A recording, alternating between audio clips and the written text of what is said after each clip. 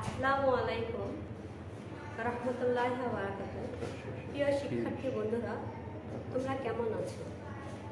আশা করি তোমরা ভালো আছো আর তোমরা ভালো থাকো এই কামনা অনেক করে। তোমাদের দোয়া এবং আল্লাহর রহমতে আমিও ভালো আছি। আমি সূর্যকোনা স্কুলের পক্ষ থেকে অনলাইন ক্লাস তোমাদের সঙ্গে নিব। আমি আজকে নবম ও দশম শ্রেণীর অর্থনীতি বিষয় নিয়ে আলোচনা করব। তাহলে আমাদের এক আলোচ্য বিষয় হলো অর্থনীতি পরিচয়।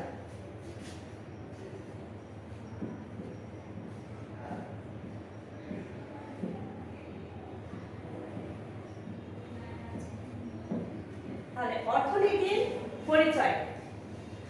জন্ম থেকে মৃত্যু পর্যন্ত মানুষ বেঁচে থাকার জন্য যে অবিরাম অর্থনীতির সংগ্রাম করে চলছে। আমাদের অর্থনীতি অবশ্যই আমাদের জীবনে প্রয়োজন।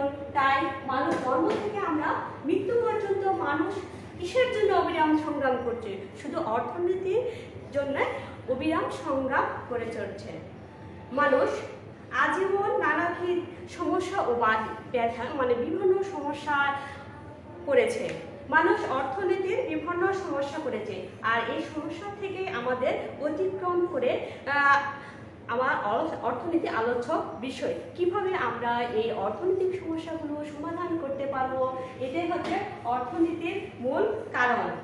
কিভাবে আমরা এই অর্থনৈতিক সমস্যাগুলো আমরা কি করতে পারবো, সমাধান করতে পারবো। এবার আমরা অর্থনীতির উৎপত্তি ও বিকাশ সম্পর্কে আলোচনা করব।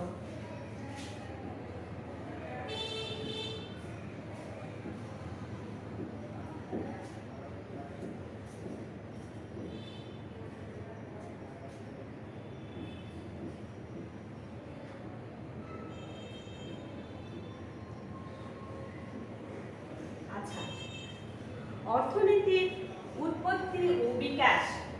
অর্থনীতি, আজকে যে অর্থনীতি আমরা পড়ি সেটা পূর্বে একটা জটিল ছিল। আমরা যে অর্থনীতি আজকে সহজভাবে এত সুন্দরভাবে সেটা জানছি, বিভিন্ন বিষয় বিভিন্ন বইয়ে আমরা বা আলাদা অর্থনীতি বিষয় সম্পর্কে আমরা জানছি, সেটা হচ্ছে আমাদের এত ব্যাপকভাবে অর্থনীতি প্রথমে বিস্তার লাভ করেনি, আলোচনা ছিল না। যে আজকের যে অর্থনীতি আমরা পড়ি বা জানি, এটা একটা কি ছিল, আগে অনেক জটিল ছিল। প্রথমে এই অর্থনীতি বিষয় সম্পর্কে কোনো আলাদা বই ছিল না। এটা তোমার 2500 খ্রিস্টপূর্বে হযরত মুসা আলাইহিস সালামের একটা ধর্মগ্রন্থে এই অর্থনীতি ধর্ম ও দর্শন হয়ে অর্থনীতি বিষয়ে কিছু আলোচনা করা হতো। তাহলে কত খ্রিস্টাব্দে কোন আমলে? যে 2500 খ্রিস্টপূর্বে। 2500 খ্রিস্টপূর্বে কি হয়েছিল? প্রথমে 2500 খ্রিস্টপূর্বে প্রথমে একটা গ্রন্থে, সেটা ধর্মগ্রন্থ ও দর্শন বিষয়ে অর্থনীতি বিষয়ে প্রথম আলোচনা করা হতো। সেটা কার আমলে ছিল? মুসা আলাইহিস সালাম, হযরত মুসা আলাইহিস সালামের আমলে খ্রিস্টপূর্বে 25 খ্রিস্টপূর্বে অর্থনীতি বিষয় সম্পর্কে ধর্ম ও দর্শন গ্রন্থে এটা অর্থনীতি বিষয়ে সম্পর্কে কিছু আলোচনা ছিল। এখানে এই বিষয়ে একই বইয়ে অর্থনীতি, তার ধর্ম, নৈতিকতা, দর্শন, অর্থনীতি তখন এই বিভিন্ন একসঙ্গে আলোচনা সেই বইয়ে গ্রন্থে ছিল। আচ্ছা, অর্থনীতির ইংরেজি শব্দ কি? অর্থনীতির ইংরেজি শব্দ কি? অর্থনীতির ইংরেজি শব্দ হচ্ছে ইকোনমিক্স। আর ইকোনমিক্স শব্দটি হচ্ছে কোন শব্দ থেকে এসেছে? গ্রিক শব্দ। আর ইকোনমিয়া শব্দ থেকে। ইকোনমিক্সটা তোমার অর্থনীতি ইংরেজি হচ্ছে, বাংলাতে বলা হয় অর্থনীতি, আর ইংরেজিতে কি বলা হয়? ইংরেজিতে হচ্ছে এটা ইকোনমিক্স। আর এটা আমাদের গ্রিক শব্দ ঐকোনমিয়া থেকে এসেছে। তাহলে ঐকোনমিয়া শব্দের অর্থ হচ্ছে কি? ওইকোনমিয়া শব্দের অর্থ হচ্ছে গৃহস্থলী ব্যবস্থাপনা। গৃহস্থলের ব্যবস্থাপনা। ওইকোনমিয়া শব্দের অর্থ কি? গৃহস্থলের ব্যবস্থাপনা। আচ্ছা, এটা প্রাচীন ভারতের 4র্থ খ্রিস্টপূর্বে।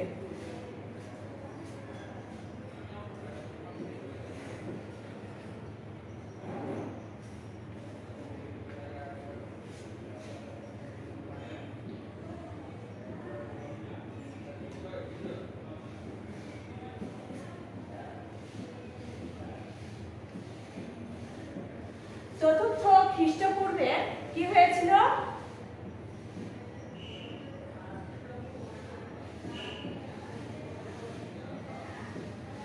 আচ্ছা, প্রাচীন ভারতের 4র্থ খ্রিস্টপূর্বে অর্থশাস্ত্রের একটা বইয়ে, অর্থশাস্ত্র বইয়ে এটা কি করে লেখা হয়েছিল?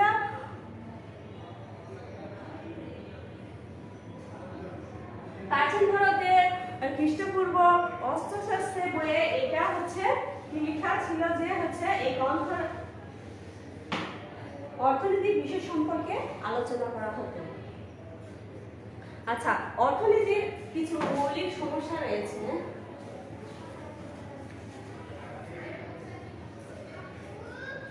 আমাদের 2টি অর্থনীতির মৌলিক সমস্যা রয়েছে। অর্থনীতির, এবার আমরা জানবো যে অর্থনীতির সমস্যাগুলো কি কি।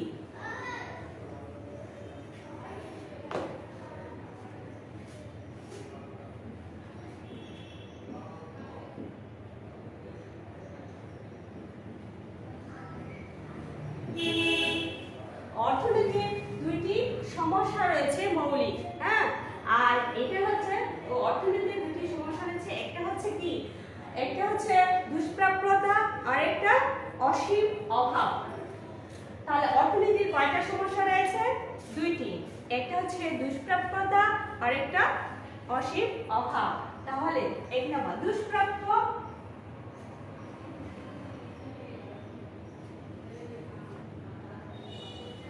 দুষ্প্রাপ্যতা অসীম। তাহলে 2টা সমস্যার মধ্যে হচ্ছে একটা হচ্ছে দুষ্প্রাপ্যতা আর একটা অসীম অভাব। মানুষ যা চায় সব কিছুই পায় না। আমরা আমাদের জীবনে প্রয়োজনে অনেক কিছু চাই, কিন্তু আমাদের সব কিছু পাই না। আর এই না পাওয়ার নামই হচ্ছে অভাব। তাহলে অভাব কাকে বলে? অভাব কাকে বলে? অর্থাৎ যে মানুষ যা চায় সব কিছু পায় না, আর মানুষের এই না পাওয়ার নামই হচ্ছে অভাব। মানব জীবনে মানুষের আমাদের মানুষের সবারই ক্ষেত্রে তাই যে মানুষের অভাবের কোনো শেষ নেই, হ্যাঁ। একটা অভাব পূরণ হলে আর একটা অভাব আমাদের দেখা দেয়, এভাবে একটার পর অভাব দেখা দেয়। মনে করো তুমি একজন শিক্ষার্থী, তোমার কাছে 1000 টাকা আছে। তুমি 1000-এ তোমার ব্যাগের দরকার, স্কুলের ড্রেসের দরকার, তারপর জুতার দরকার, এগুলো অনেক দরকার, কিন্তু তোমার কাছে আছে মাত্র 1000 টাকা। তুমি এই 1000 টাকা দিয়ে তোমার এই সব চাহিদাগুলো পূরণ করতে পারবে না। আর এটি হচ্ছে অর্থনৈতিক দুষ্প্রাপ্যতা। আচ্ছা, আমাদের এই দুষ্প্রাপ্যতাকে কিভাবে আমরা করতে পারবো? অর্থনীতি এটাই আমাদের শেখায় যে অর্থনীতি কিভাবে সীমিত সম্পদের সর্বোচ্চ ব্যবহার করাটাই আমাদের শেখায়, যে আমার অভাবটা, আমার প্রয়োজনটা এতটুকু, আমি কিভাবে আমার এই প্রয়োজনটা সর্বোচ্চ ব্যবহার করতে পারবো, এটাই অর্থনীতি শেখায়।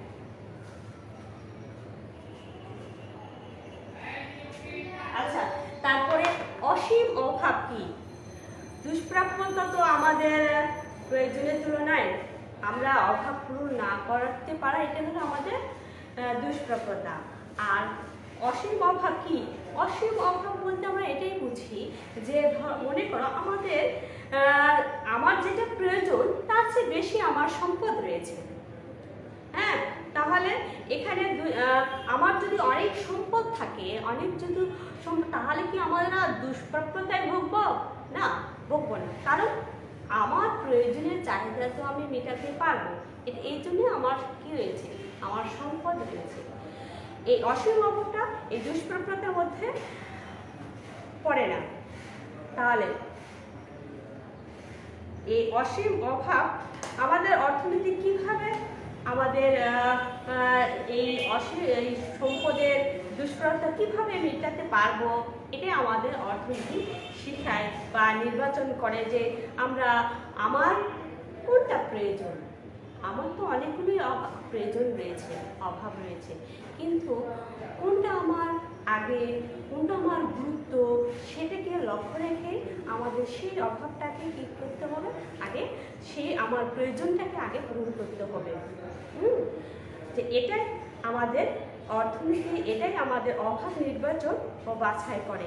কিভাবে আমরা যে আমার গুরুত্বপূর্ণ বিষয় আগে আমি কি করব, পূরণ করব, এটাই অর্থনীতির অভাব নির্বাচনে বাছাই করে, নির্বাচন করে বা বাছাই করে। আচ্ছা, অর্থনীতির ধারণা।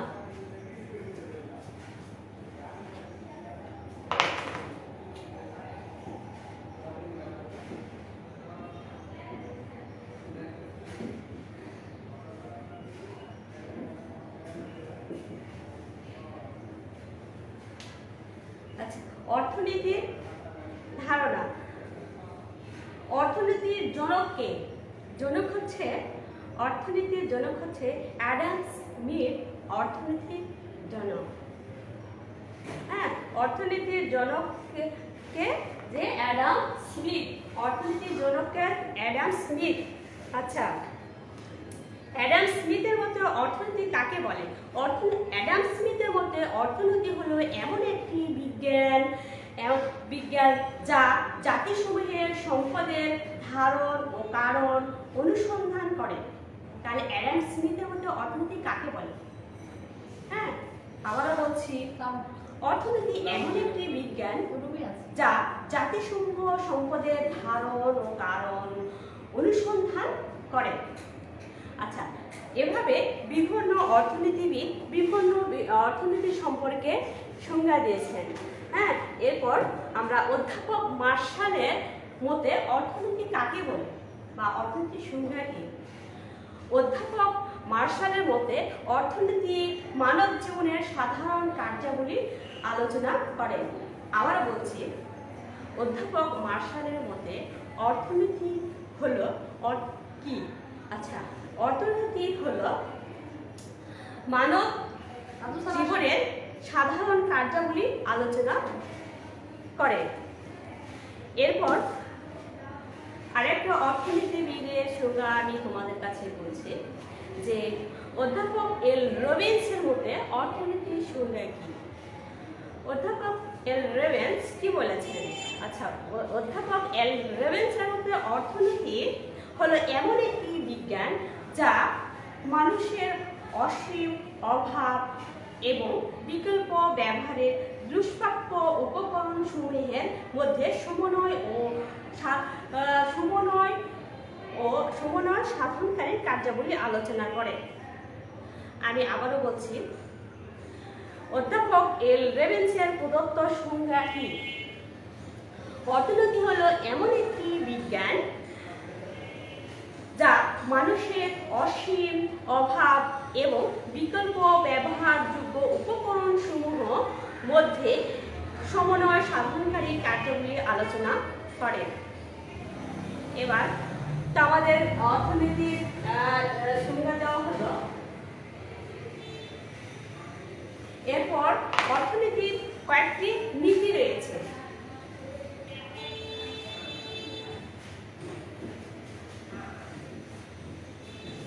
অর্থনীতির কয়টা নীতি রয়েছে? অর্থনীতির 10টি নীতি রয়েছে।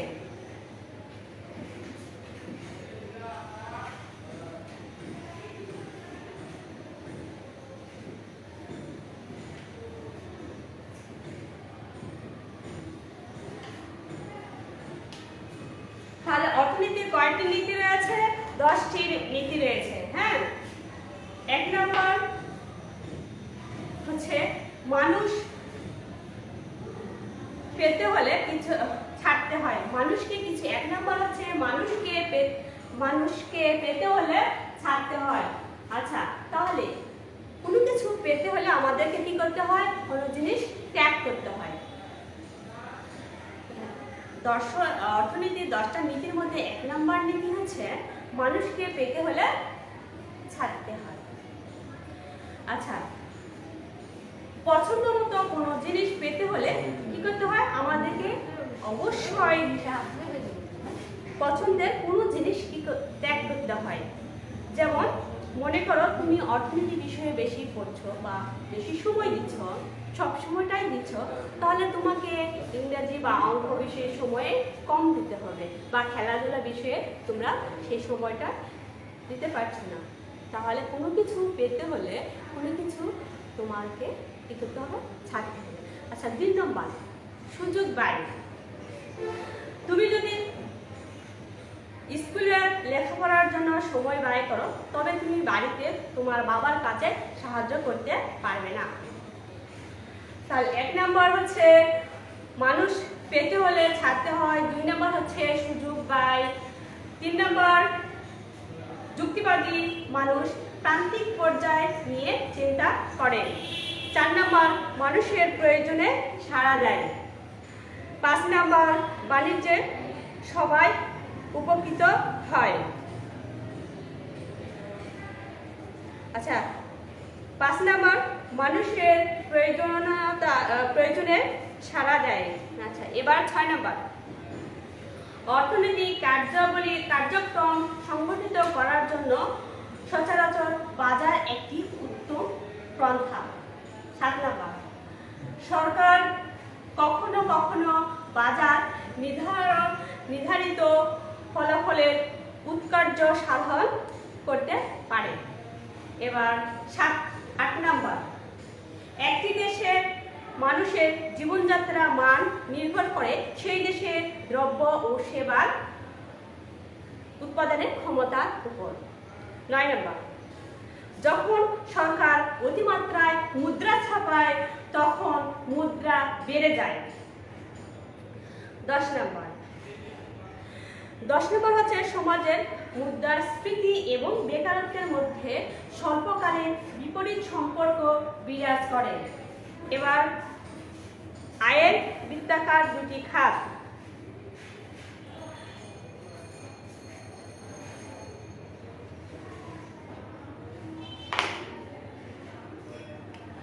আচ্ছা, অর্থনীতির প্রধান খাত কয়টি? 2টি।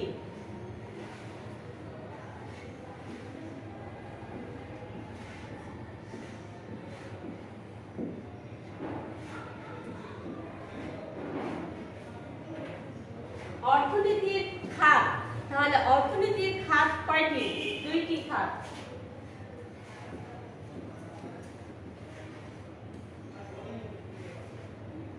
তাহলে অর্থনীতির কয়টি খাত? 2টি খাত। কি কি? আয় ও ব্যয়। আয় ও ব্যয়। আয় আর 1 নম্বর হচ্ছে 2 নম্বর হচ্ছে ব্যয়।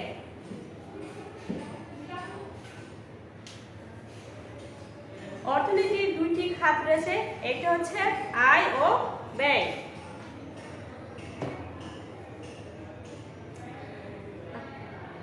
আমরা কোন কোন খাতে আয় করব আর কোন কোন খাতে ব্যয় করব, এটা আমাদের করতে হয় একটা পরিকল্পনা অনুযায়ী কাজ করতে হয়।